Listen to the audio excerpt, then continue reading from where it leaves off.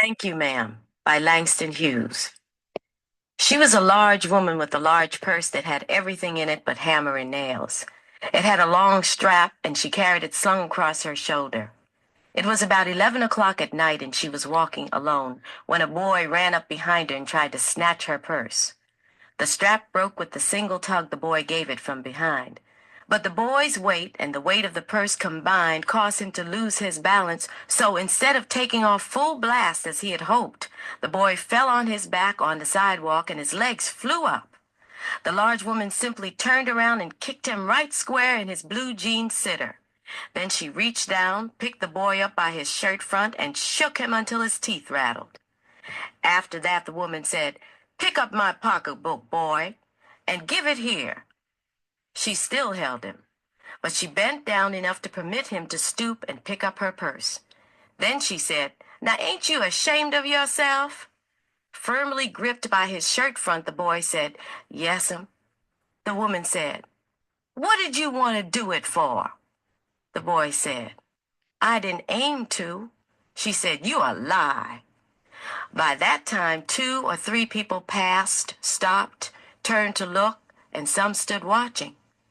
"If I turn you loose, will you run?" asked the woman. "Yes'm," said the boy. "Then I won't turn you loose," said the woman. She did not release him.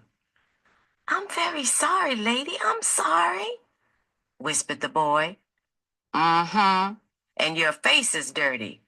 I got a great mind to wash your face for you. Ain't you got nobody home to tell you to wash your face?"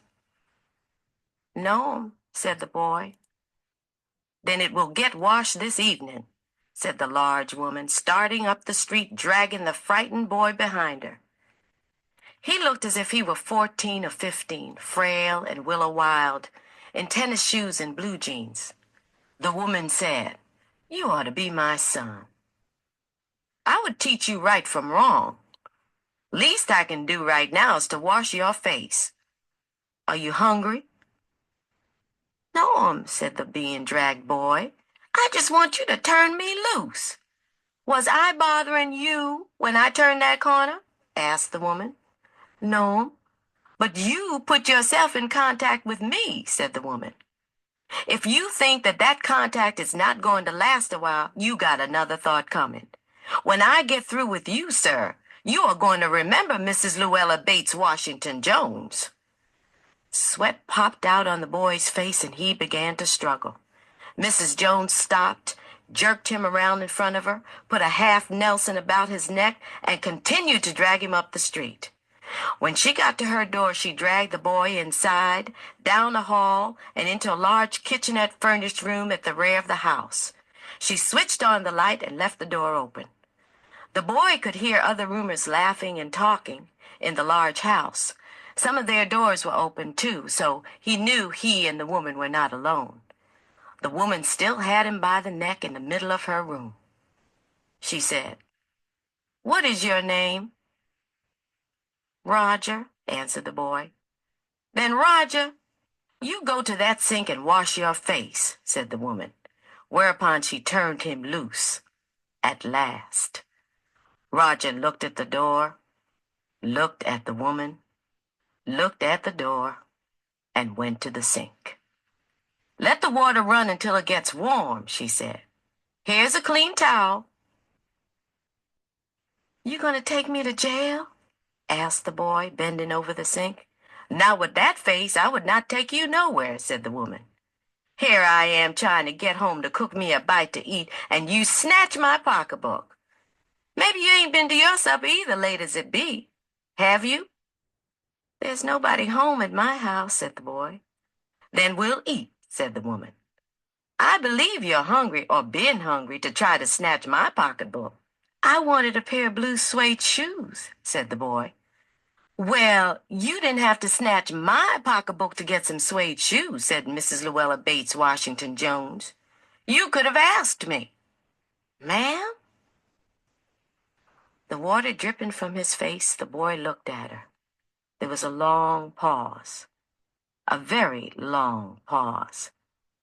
After he had dried his face and, not knowing what else to do, dried it again, the boy turned around, wondering what next.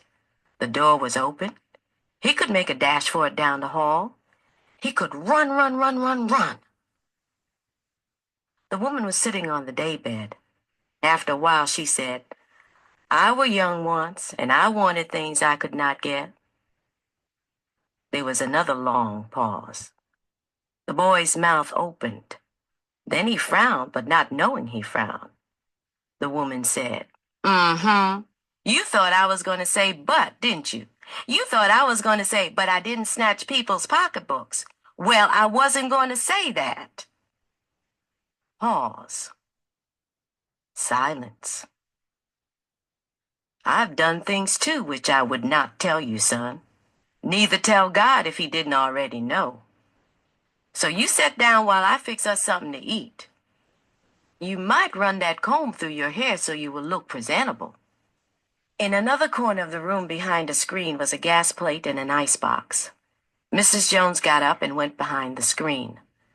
The woman did not watch the boy to see if he was going to run now, nor did she watch her purse, which she left behind her on the daybed.